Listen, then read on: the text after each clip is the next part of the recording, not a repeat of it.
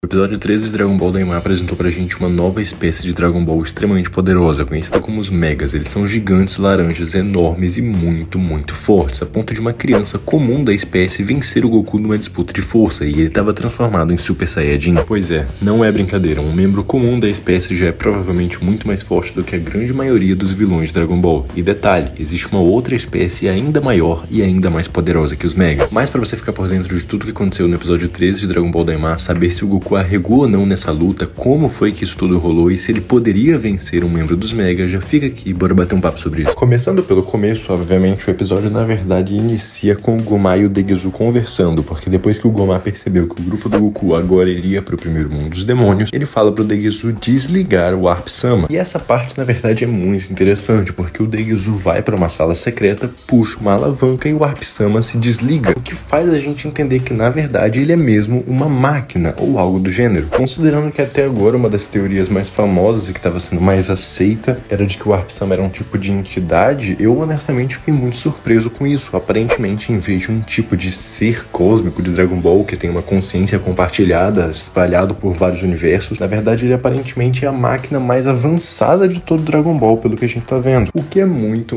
interessante. Eu não vou me aprofundar muito nisso, mas eu quero só levantar uma ideia na cabeça de vocês. Se existe em Dragon Ball uma forma ou mais formas de criar uma máquina tão avançada que parece até um tipo de ser vivo, age como um tipo de entidade, é muito respeitado pelos outros e possui poderes absurdos, como o caso do Warp Sama, que tinha portais que levava para vários lugares diferentes espalhados por vários universos, será que isso não significa que outros seres de Dragon Ball também podem ser máquinas? Como por exemplo naquela teoria de que o Zeno era um tipo de robô? Não tô dizendo que ele é, eu não acho que seja o caso, mas honestamente é algo interessante de se pensar. O Warp Sama era tratado como um tipo de ser vivo, todos tinham muito respeito por ele e tudo mais, mas aparentemente ele era uma máquina com um tipo de consciência. Então, teoricamente, nada impede que a gente possa ver algo semelhante com outros seres importantes de Dragon Ball. Mas agora, avançando a história, a gente vai pro grupo principal e basicamente quase todo o episódio se passa nesse planeta Mega. Basicamente o avião deles deu problema, caiu nesse planeta, e o Neva fica até assustado e fala que aquele é o segundo mundo mais perigoso do Reino dos Demônios. Ele explica que lá não só os seres vivos, mas todas as coisas são gigantes e os Mega que vivem lá são muito poderosos, eles têm que tomar cuidado dessas coisas todas. E acaba que um dos Mega aparece lá, para ser mais específico, uma criança comum que estava saindo da escola, que foi fazer um lanche lá por perto e estava com seu cachorro. E eles eram simplesmente gigantescos, o grupo do Goku parecia umas formiguinhas ou uns insetinhos perto da criança. O cachorro acaba percebendo o grupo, então eles entram num confronto com esses Megas, e tem um determinado momento que a criança vai para tentar dar um tapa na nave deles. O Goku voa contra a mão da criança para tentar impedir esse tapa, e adivinha, a criança simplesmente empurra o Goku, supera ele e bate ele no peito. Não só isso, mas depois o Goku vira Super Saiyajin, vai para tentar disputar com a criança, usa seu bastão mágico, a criança usa sua régua, e por incrível que pareça, a criança ganhou a disputa de força com o Goku como Super Saiyajin 1. O Goku chega a falar que a criança era muito forte, então ele dá um empurrão assim e manda o Goku voando para longe. Até mesmo ia esmagar ele com um pisão, mas o Glório passa com o avião que tinha sido consertado e conseguiu salvar ele antes. Agora, isso significa que a criança é mais poderosa que o Goku? Não, eu já vou explicar por quê, mas antes, se você tá gostando desse vídeo, considere deixar o seu like para apoiar o canal e se inscrever para não perder outros vídeos como esse no futuro. Mas agora indo pra explicação, sendo muito direto. Mesmo que a criança seja fisicamente mais forte do que o Goku é mais rápido, ele luta melhor, ele tem mais experiência, ele tem habilidades especiais, ele tem as explosões de ki dele. Claro, não só o Goku poderia ter ganhado pelos motivos que eu acabei de explicar, mas também ele não arregou. A questão é simplesmente que a criança mandou ele voando pra longe e depois, antes do Goku ser atacado, o Glório foi lá e salvou ele. Não é como se ele tivesse fugido de medo, mas ele sim reconheceu que a criança era muito forte, então bora dar esse crédito, né? É muito